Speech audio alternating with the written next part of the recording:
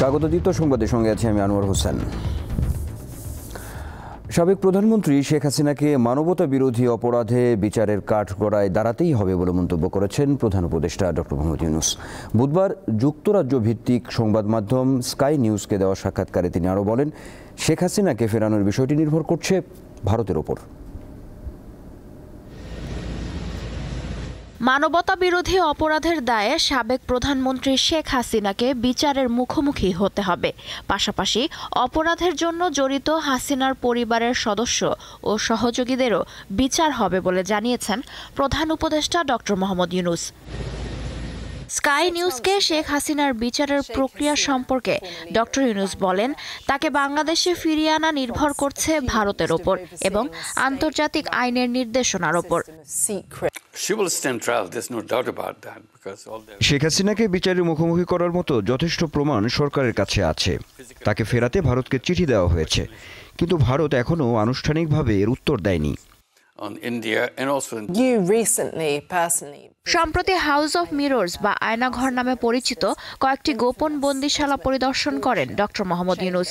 এ ব্যাপারে স্কাই নিউজের প্রশ্নের জবাবে তিনি বলেন, সেখানে মানবাধিকার লঙ্ঘন হয়েছে।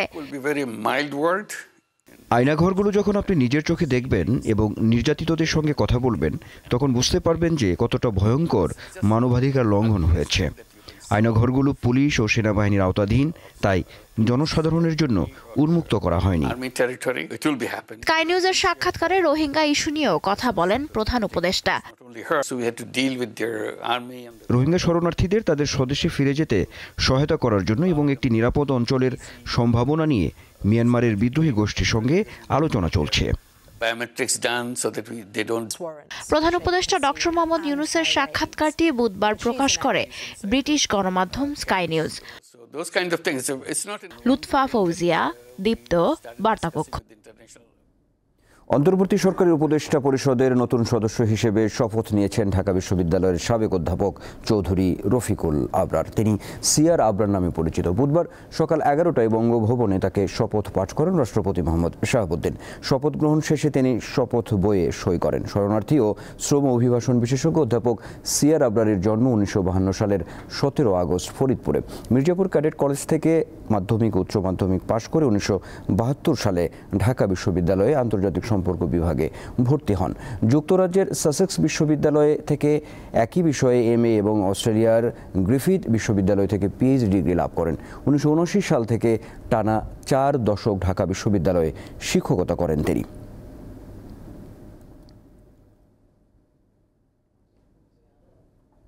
রাজধানীর গুলশান 2-এর একটি বাড়িতে মধ্যরাতে দরজা ভেঙে তল্লাশি চালিয়েছে একদল মানুষ।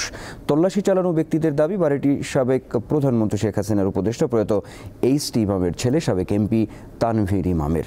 তাদের দাবি, বাড়িটিতে অবৈধ অস্ত্র ও ছাত্র জনতাকে হত্যাকারীরা লুকিয়ে আছে এমন তথ্যের ভিত্তিতে তল্লাশি চালানো হয়েছে, তবে কিছু পাওয়া যায়নি। দরজা ভেঙে বাড়িটি তছনছ করার ঘণ্টাখানেক পর রাত 1:30টার দিকে সেখানে সেনা সদস্যরা যান। গুলশান থানা পুলিশ জানিয়েছে, বাড়িটি তানভীর ইমামের সাবেক স্ত্রীর, যার সঙ্গে 20-25 বছর আগেই তানভীর ইমামের ছাড়াছাড়ি হয়ে গেছে।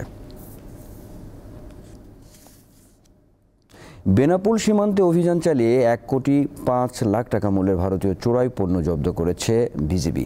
যশোর 49 বিজিবি ব্যাটালিয়নের commanding officer lieutenant colonel Saifullah Siddiqui জানিয়েছেন, মাদকদ্রব্য ও চোরাচালান পণ্য সহ চোরা কারবারিদের আটকের ক্ষেত্রে সীমান্তে বিজিবি গোয়েন্দা ও টহল তৎপরতা জোরদার করা হয়েছে। এরই ধারাবাহিকতায় মঙ্গলবার রাতে গোপন সংবাদের ভিত্তিতে চোরাচালান বিরোধী অভিযান চালিয়ে ভারতীয় ফেন্সিডিল, শাড়ি, পাতার bidi, paan masala, motor parts, KitKat chocolate, cosmetics সামগ্রী এবং অবৈধ পলিথিন সহ একটি ট্রাক জব্দ করা হয়। এসব চোরাই পণ্য বেনাপুল কাস্টমসের গোডাউনে জমা করা হয়েছে। 4 বছরের চেষ্টায় আরসি মডেলের বিমান তৈরি করেছেন মানিকগঞ্জের জুলহাস মোল্লা। নিজের তৈরি বিমানে আকাশে উড়েছেন এই তরুণ উদ্ভাবক। দেশীয় সামগ্রী দিয়ে ছোট্ট এই বিমান তৈরিতে খরচ হয়েছে মাত্র 1.5 লাখ টাকা।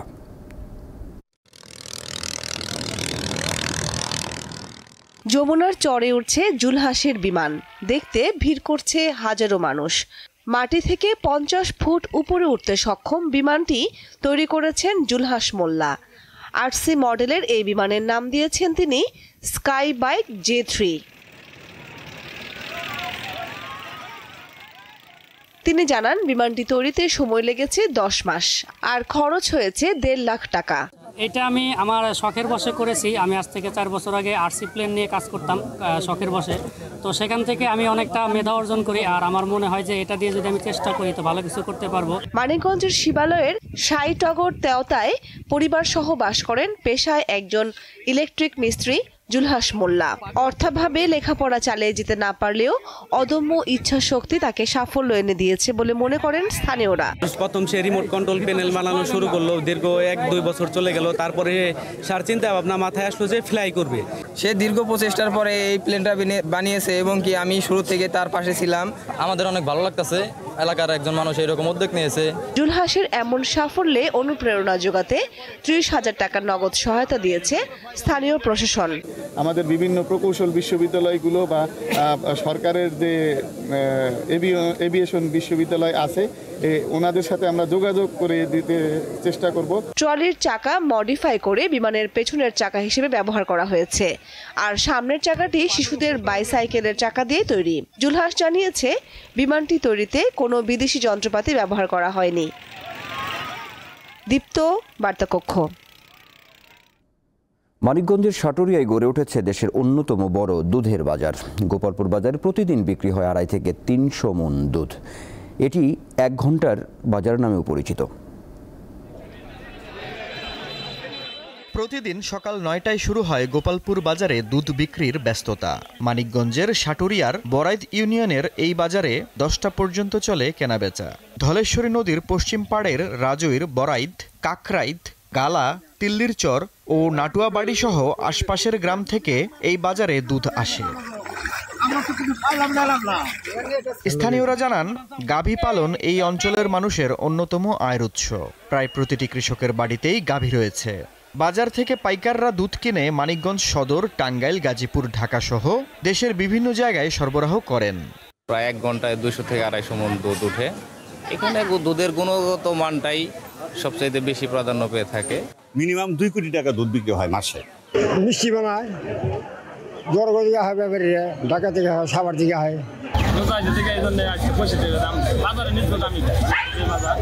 দুধের মান ভালো, আমি 2 টাকার গাভী পালি, ঘাসের কোনো অভাব নাই। গবাদি পশুর জাত উন্নয়নে কাজ করায় গোপালপুর এলাকায় এই বিপ্লব ঘটেছে বলে জানায় প্রাণী সম্পদ বিভাগ। উন্নত জাতের গবাদি পশু বাংলাদেশে উৎপন্ন হয়েছে, পাশাপাশি দুধ উৎপাদনের একটা বিপ্লব ঘটে গেছে। সাটুরিয়ার উপজেলার আশেপাশের যে গ্রামগুলি আছে প্রচুর পরিমাণে কাঁচা ঘাস গবাদি পশুকে সাপ্লাই দিতে পারছে। এই সাপ্লাই দেওয়ার পরে এই ঘাসের ফলে এখানে দুধ উৎপাদনটা ব্যাপকভাবে বৃদ্ধি পাচ্ছে। গোপালপুর বাজারের আশপাশের 15টি গ্রামের মানুষের আয়ের মূল উৎস এখন দুধ। দীপ্ত, বার্তাকক্ষ। ইলিশের উৎপাদন নির্বিঘ্ন করতে অভয়াশ্রমগুলোতে দেয়া 60 দিনের নিষেধাজ্ঞা মানছে না জেলেরা। বরিশালের বাজারে প্রকাশ্যে বিক্রি হচ্ছে জাটকা। নীরব ভূমিকা পালন করছে প্রশাসন ও মৎস্য বিভাগ। ইলিশের উৎপাদন নির্বিঘ্ন করতে 1 মার্চ থেকে ইলিশ শিকারে নিষেধাজ্ঞা দিয়েছে মৎস্য বিভাগ। 30 এপ্রিল পর্যন্ত 60 দিন দেশের 5টি অভয়াশ্রমে সব ধরনের মৎস্য আহরণ বন্ধ থাকবে। বরিশাল সদর উপজেলার চরমোনা ইউনিয়নের জুনাহাট থেকে মেহেন্দিগঞ্জ উপজেলার দক্ষিণ পশ্চিম জাঙ্গালিয়া পর্যন্ত 82 কিলোমিটার নদী এলাকা অভয়াশ্রম হিসেবে ঘোষণা করা হয়েছে। তবে বরিশালের মেঘনা, কীর্তনখোলা, কালাবদর, মাসকাটা, আউরিয়াল খাঁ নদীতে নির্বিচারে চলছে জাটকা আহরণ। প্রতি রাতে প্রায় 18 থেকে 20 বেরেল এই চাপলি এবং ঝাটকা ওই জায়গা থেকে পাচার হয়। ধরা নিষেধ, ঠিক আছে, জেলেরা তো আনে আড়তদারের কাছ থেকে, আমরা আড়তদারের কাছ থেকে কিনি। অভিযান সেটা হচ্ছে 6 ইঞ্চির নিচে, কিন্তু এটা আপনার অভিযান নাই।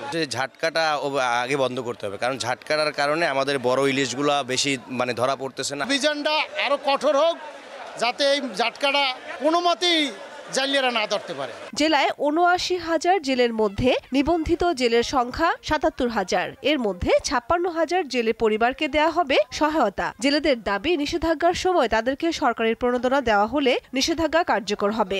মাছ পোনা কম, জালিয়ারা মনে করেন ঘরে বসে রয়েছে, আমরা বেকার বই রয়েছে। অভিযান চলছে আর আমাকে যদি সরকার চাল টাউল বাদ দেয় একটু আমরা মাই ভালো খাইতে নিতে পারি। সরকার যে জিনিসটা দেয় এটা বন্টন হয় কিনা ঠিক মতন, পাবলিকে পায় কিনা। এই তেল দিলে নুন পায় না, নুন দিলে পায় না, খাইয়া লায়। ধরনের আমাদের পরিবার নিয়ে আমরা বহুত কষ্টে আছি। আমাদের দিন আগে যেরকম ডাইল ভাত খাইয়া মরে গেল, একটু দিন ভালোই চলতে, কিন্তু এখন খুব কষ্টে আছে। মৎস্য বিভাগ বলছে নিষেধাজ্ঞা বাস্তবায়নে অভিযান চলছে।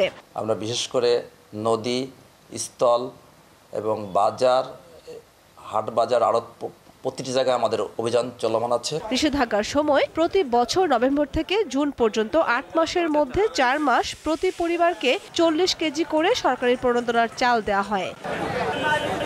দীপ্ত, বার্তাকক্ষ। এবার কেওয়াই স্টিল চট্টগ্রাম সংবাদ।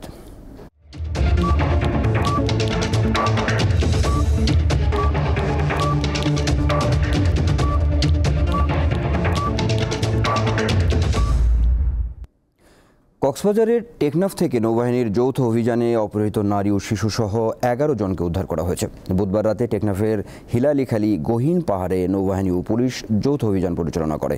অভিযানে অপহরণের শিকার 9 নারী ও 2 শিশুকে উদ্ধার করা হয়।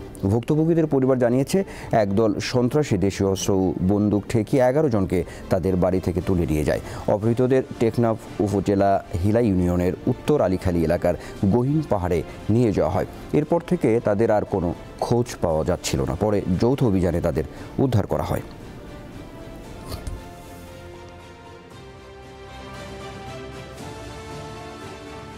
আন্তর্জাতিক প্রসঙ্গ। দ্বিতীয় মেয়াদে দায়িত্ব নেওয়ার পর এই প্রথম কংগ্রেসের যৌথ অধিবেশনে অংশ নিয়েছেন যুক্তরাষ্ট্রের প্রেসিডেন্ট ডোনাল্ড ট্রাম্প। তার ভাষণে চীন, কানাডা ও মেক্সিকোর পণ্যের উপর শুল্ক আরোপের বিষয়টি গুরুত্ব পায়। এছাড়া ইউক্রেন যুদ্ধ বন্ধে নেওয়া পদক্ষেপ এবং গাজায় যুদ্ধবিরতি কার্যকর নিয়েও নিজের অবস্থান তুলে ধরেন তিনি। ট্রাম্পের ভাষণের সময় বিরোধী ডেমোক্রেটদের সঙ্গে অতিথি হিসেবে সম্প্রতি চাকরিচ্যুত ফেডারেল কর্মীরা উপস্থিত ছিলেন। সিএনএনের প্রতিবেদনে বলা হয়, ডেমোক্রেটিক পার্টির হয়ে প্রেসিডেন্ট ট্রাম্পের বক্তব্যের জবাব দেবেন এবং যুক্তি খণ্ডাবেন মিশিগান থেকে নির্বাচিত সিনেটর এলিসা স্লটকিন।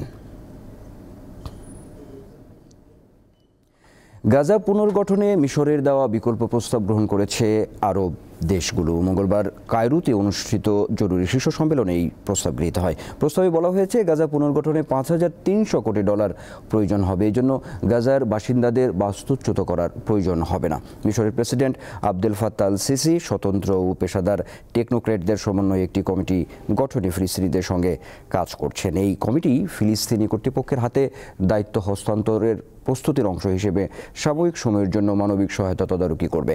মিশরের প্রস্তাবকে স্বাগত জানিয়েছে ফিলিস্তিনের স্বাধীনতাকামী গোষ্ঠী হামাস। আশ্রয়ের জন্য ইউরোপের দেশগুলোতে আবেদনের হিড়িক বাংলাদেশিদের। 2024 সালের 43,000-এর বেশি বাংলাদেশি আবেদন করলেও শতকরা 96% বাতিল করা হয়েছে। আশ্রয়ের জন্য বাংলাদেশিদের সবচেয়ে পছন্দের দেশ ইতালি। উন্নত জীবন, অর্থনৈতিক সচ্ছলতা আর নিরাপত্তার আশায় প্রতি বছরই ইউরোপে যান অসংখ্য মানুষ। অবৈধ পথে ইউরোপের বিভিন্ন দেশে পাড়ি জমানোর চেষ্টা করেন অনেকে, কেউ আবার নানা কারণ দেখিয়ে করেন আশ্রয়ের আবেদন। সোমবার আশ্রয় সংক্রান্ত একটি প্রতিবেদন প্রকাশ করে ইউরোপীয় ইউনিয়ন এজেন্সি ফর অ্যাসাইলাম, যেখানে বলা হয় 2024 সালে 43,236 বাংলাদেশি ইইউ প্লাস হিসেবে পরিচিত দেশগুলোতে আশ্রয় আবেদন করেন। এখন পর্যন্ত এটি বাংলাদেশিদের সর্বোচ্চ আবেদনের রেকর্ড।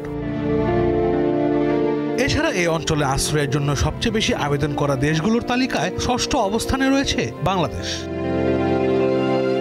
প্রতিবেদন অনুযায়ী গত বছরের জানুয়ারি থেকে জুন পর্যন্ত 23,000-এর বেশি বাংলাদেশি আশ্রয় আবেদন জমা করেন, আর জুলাই থেকে ডিসেম্বর পর্যন্ত আবেদন করেন 20,000-এর বেশি বাংলাদেশি।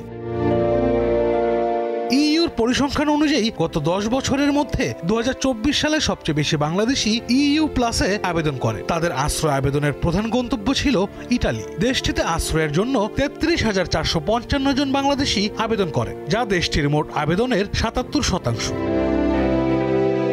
ইইউ এর তথ্য মতে 2024 সালে বাংলাদেশিদের 47,778টি আবেদন নিষ্পত্তির জন্য প্রক্রিয়াধীন ছিল। এর মধ্যে আবেদন গৃহীত হওয়ার হার মাত্র 3.9%। গত বছর দক্ষিণ এশিয়ার দেশগুলোর মধ্যে সবচেয়ে বেশি 87,000 আবেদন করেন আফগানরা। এরপরই বাংলাদেশের অবস্থান, তৃতীয়তে রয়েছে পাকিস্তানিরা।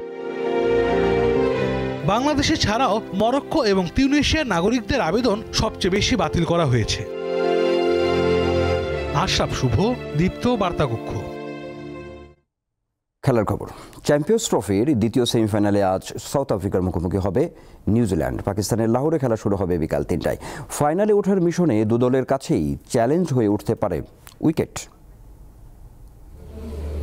ব্যাটিংটা গুরুত্ব দিয়ে চ্যাম্পিয়ন্স ট্রফির মিশন শুরু করে সাউথ আফ্রিকা। টুর্নামেন্টে বি গ্রুপের ম্যাচে বৃষ্টির কারণে তাদের পয়েন্ট ভাগাভাগি করতে হয়, তবে আফগানিস্তান এবং ইংল্যান্ডকে ভালোভাবেই হারায় তারা। ব্যাটারদের পাশাপাশি দলের বোলাররাও বেশ আস্থাভাজন। তবে বড় বিষয় লাহোরের উইকেট। সন্ধ্যায় ভালো ঠান্ডা পড়ে, তাপমাত্রা নেমে যায় 12 ডিগ্রি নিচে, সাথে থাকে বাতাসও, ফলে টস হতে পারে বড় ফ্যাক্টর। সেমিফাইনাল থেকে বিদায়ের রেকর্ড আমাদের বেশি, তাই বুধবারের ম্যাচ নিয়ে আমরা সতর্ক। আমাদের স্পিনার ভালো, এটা বড় শক্তি। নিউজিল্যান্ড অধিনায়কের কথা, দুবাই এবং পাকিস্তানে ম্যাচ খেলার কারণে উইকেট সম্পর্কে তাদের ভালো ধারণা আছে। তবে প্রতিপক্ষ সাউথ আফ্রিকা ভালো মানের স্পিনার থাকায় এটাকে বাড়তি চ্যালেঞ্জ হিসেবে দেখছেন তারা।